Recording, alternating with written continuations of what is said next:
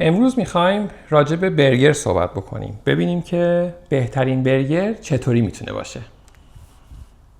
درود، من تنازم. منم وحیدم. ما دو تا آشپز نیستیم ولی به آشپزی و غذا بسیار علاقه‌مندیم. و توی کانال فودبازی میخوایم یاد بگیریم و تجربیاتمون رو با شما به اشتراک بذاریم. به فودبازی خوش اومدین.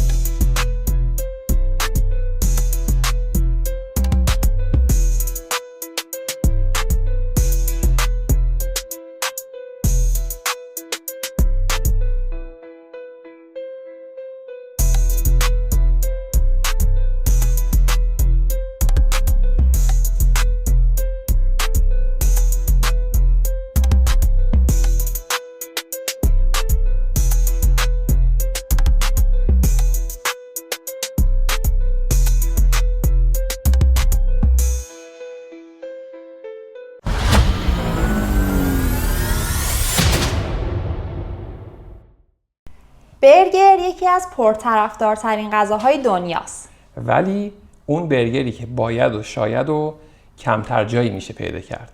چرا؟ چون اکثر مردم که میخوان برگر درست بکنن، برگر رو برمی‌دارن از این برگرهای آماده تهیه میکنن، فقط یه ذره سرخش میکنن، میذارن کاهو و گوجه و خیار شور و سس و هر چی که کلا دم دستشون هست میذارن لای نون و میگن برگر.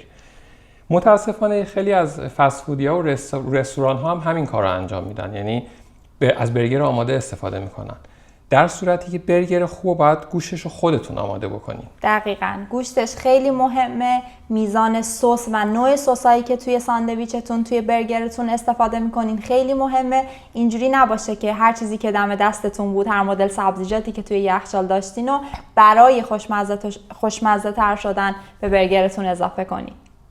به عنوان مثال خیلیا تا میخوان برگر درست بکنن گوجه هم حتما داخلش میذارن، ولی ما متوجه شدیم که گوجه اتفاقا اصلا سازگار نیستش، چون طعم بسیار غالبی داره و باعث میشه که بقیه اجزای برگر رو نتونین به خوبی حس کنین.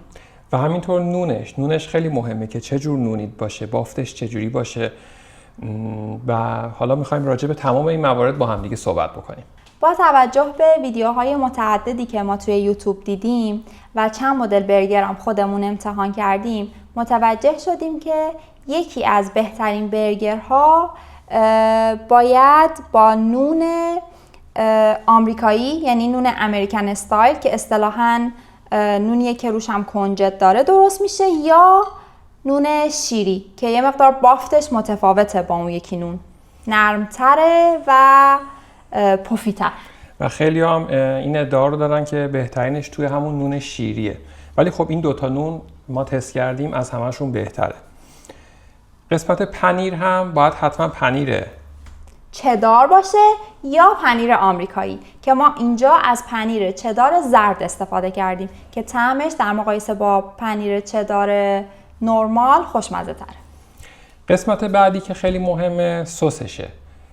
معمولا آدما خیلی میخوان ساده برگزار کنن برگر رو و فقط یه دونه کچاپ میزنن یا خیلی دیگه لطف کنن یه سس فرانسوی که مخلوط کچاپ و مایونز میشه رو مثلا بهش میزنن. ولی میزان ادغام کردن سس ها با هم خیلی مهمه و باید ترکیبی باشه از سس کچاپ، سس مایونز و سس خردل.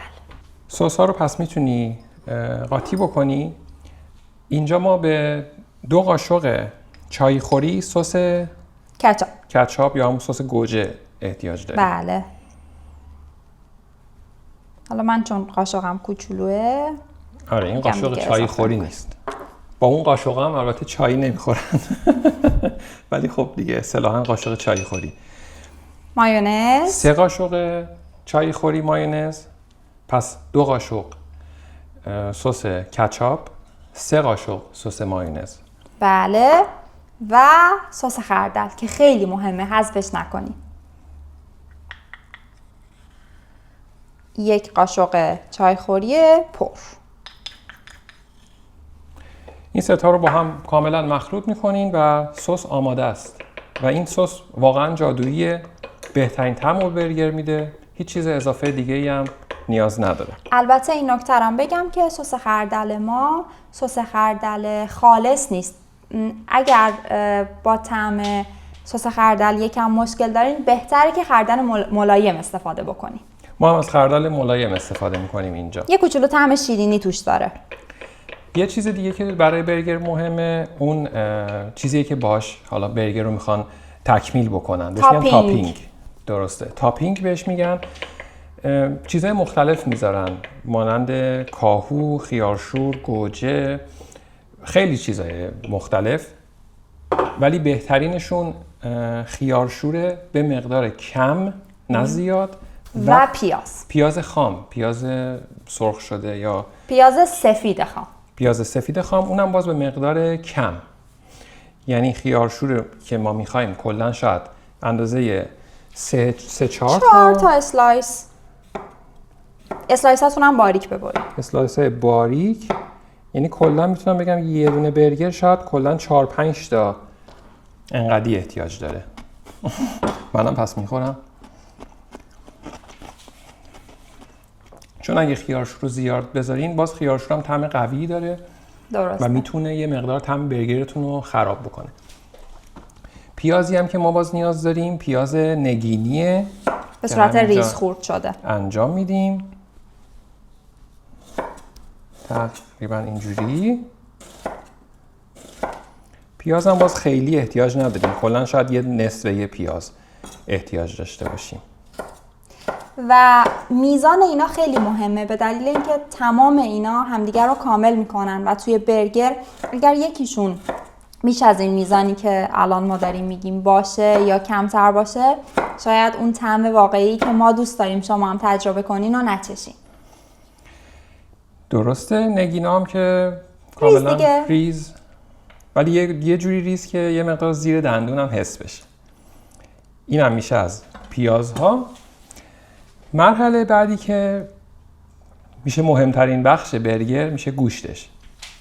گوشت برگر باید بین 70 تا 80% گوشت باشه و بقیهش چربی. درست. که بهترینش میشه مثلا 75%. 75% گوشت باشه و 25% چربی داشته باشه.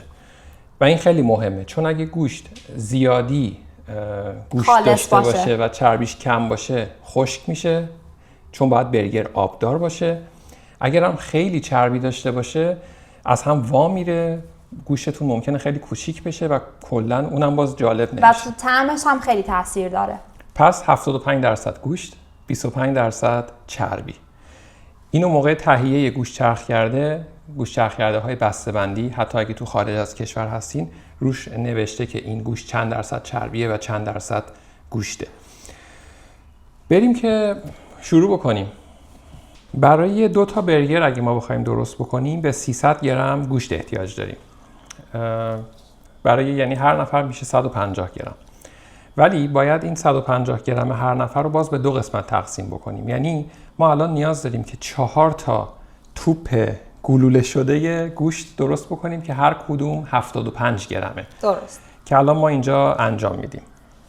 ما با گوشتامون 4 تا توپ گرد درست کردیم. یه نکته مهم دیگه، به گوشت نیاز نیست هیچ چیزی بزنین، نه پیاز، نه نمک، نه فلفل. البته اگه دوست داشتین میتونین نمک و فلفل یکم بهش اضافه بکنین، ولی نیاز نیستش.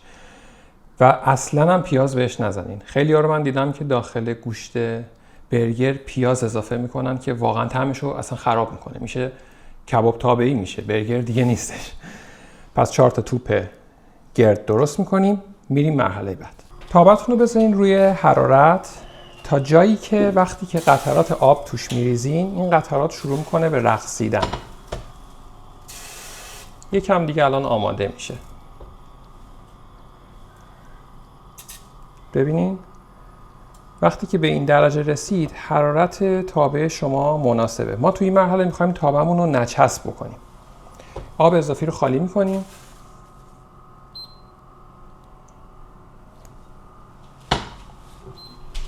بعد یکم روغن با درجه دود بالا بهش اضافه بکنید. این روغن باید کم باشه.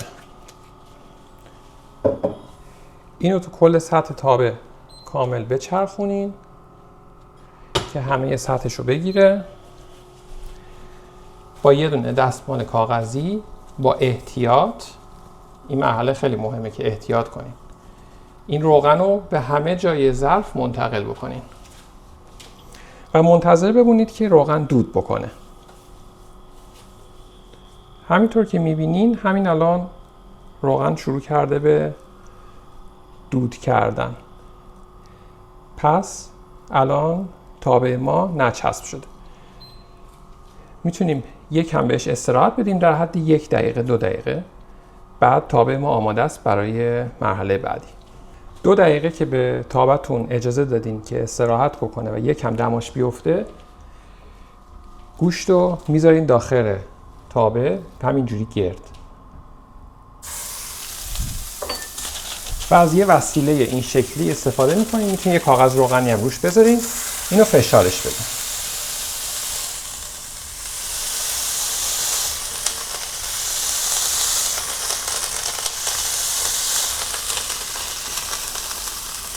تا جایی که میتونین اینو فشارش بدین که حسابی تخت بشه. به این مدل میگن اسمش برگر. بهتره که خیلی نازک باشه، چون طبیعتاً بر اساس اون میزان چربی که داره یه مقدار گوشت جمع میشه و بهتره که کامل پخشش کرده باشین و نازک باشه که بتونین 2 تا ازش رو داشته باشین به اندازه نونتون. در این حین میتونین یه تیکه از نونتون هم بذارین یا حتی اگه جا بشه میتونیم 2 تاشو بذاریم تا نوناتونم برشته بشه یه مقدار. این خیلی کمک میکنه به یک برگر خوشمزه. حواستون به نوناتون باشه که یه وقت زیادی برشته نشه. کلا یه دقیقه 2 دقیقه که گوشتون توی تابه بود میتونین برش گردونین.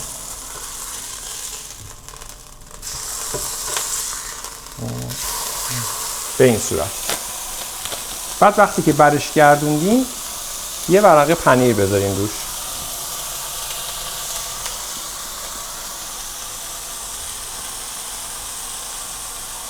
فکر کنم نونامونم به نظر خوب شده. 2 طرفش قشنگ حرارت ببینه. ما برای هر برگر باید 2 تا از اون گوشت آماده بکنیم.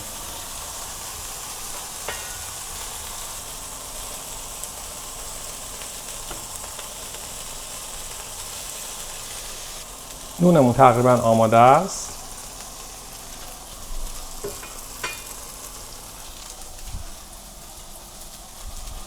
حالا این برگر رو میتونیم به روی نون منتقل بکنیم.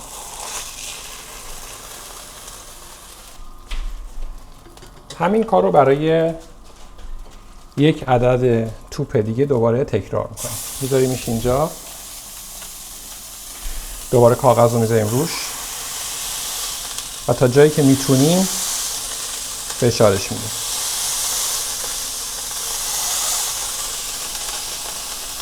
به این صورت. موقعشه که اینم برش گردونیم.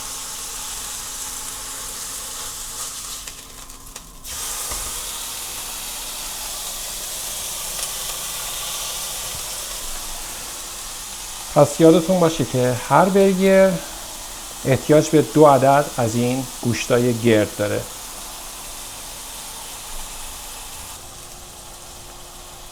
فکر میکنم که اینم دیگه تقریبا آماده است. یکم دیگه بهش فرصت بدیم.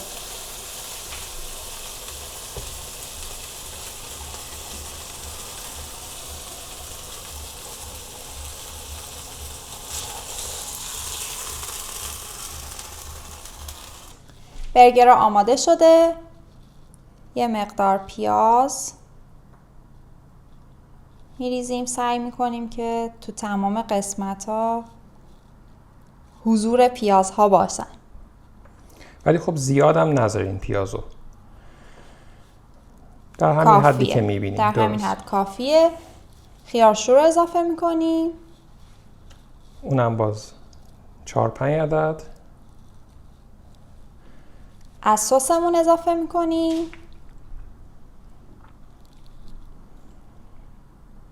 توی سس هم صرفه جویی نکنین. این قسمت مهمترین، یکی از مهمترین قسمت های برگره. ولی اونقدر هم نباید باشه که غالب بشه طعمش.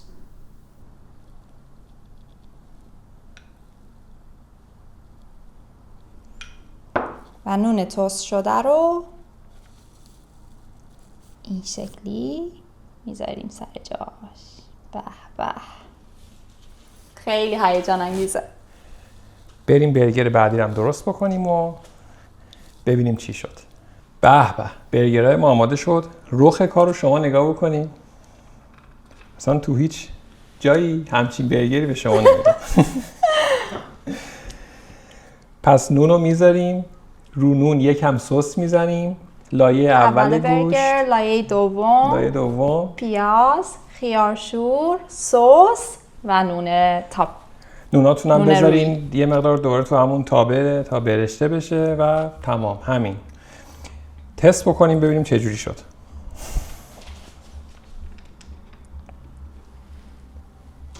خیلی هیجان انگیزه.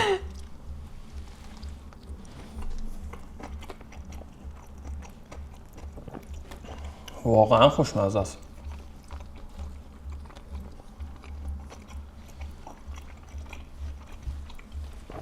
خیلی خوشمزه است.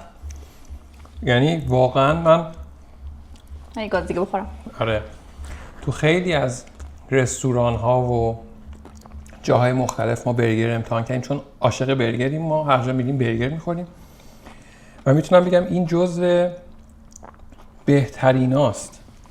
یکی از بهتریناست. شاید ما کلا 1-2 تا تونستیم رستورانی پیدا بکنیم که یه همچین برگری رو به شما بدن. حتما امتحانش بکنید. همین شکلی که ما گفتیم امتحانش بکنید. چیزیشو تغییر ندین. به گوشتون چیزی اضافه نکنین. فقط همون گوشت خالی. اگه از این غذا خوشتون اومد، که باید خوشتون بیاد، کی از برگر خوشش نمیاد. اگه از ما خوشتون اومد حتما ما رو دنبال بکنید و سابسکرایب کنید و لایک کنید و هر کاری از کامنت هم دستتون برامون بذارین. خوشحال میشیم که نظراتتون رو بدونیم. برمیاد انجام بدید. خداحافظ. ممنون. خداحافظ.